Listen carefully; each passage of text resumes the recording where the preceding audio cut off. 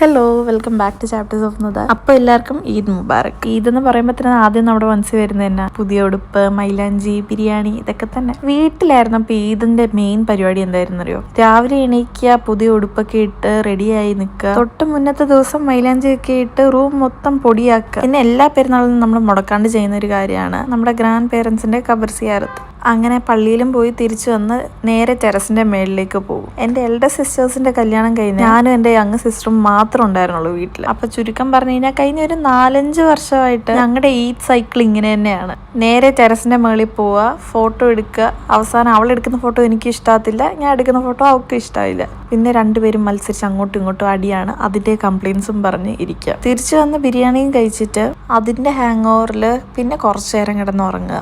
പിന്നെ വഴിയെ ആരെങ്കിലും ഫാമിലിയിലുള്ളവർ പോവുകയാണെങ്കിൽ അവരെ പിടിച്ചിരുത്തി പെരുന്നാൾപ്പിടി പിടിച്ച് വാങ്ങിക്കുക. അങ്ങനെയായിരുന്നു കഴിഞ്ഞ പെരുന്നാൾ വരെ. ഇപ്രാവശ്യം റോള് മാറി.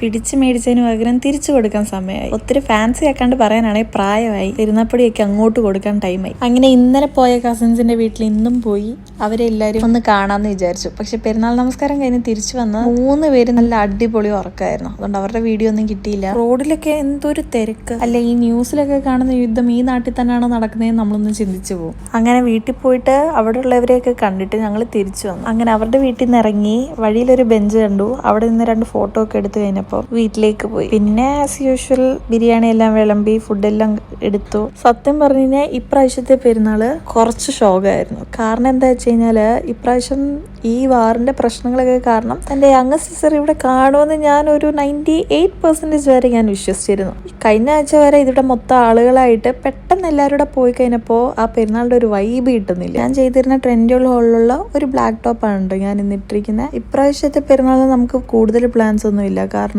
ദുബായിലൊക്കെ ലൈവ് അലേർട്സ് ഇപ്പോഴും കിട്ടുന്നുണ്ടായിരുന്നു. സോ വെറുതെ ചോദിച്ചു മേടിക്കേണ്ടെന്ന് വിചാരിച്ച് we opted to stay indoors. എൻ്റെ വിശേഷങ്ങളൊക്കെ പറയുന്നതിൻ്റെ കൂട്ടത്തിൽ നിങ്ങളുടെ വിശേഷമൊക്കെ എങ്ങനെയുണ്ടെന്ന് കമൻറ്റിൽ പറയണേ.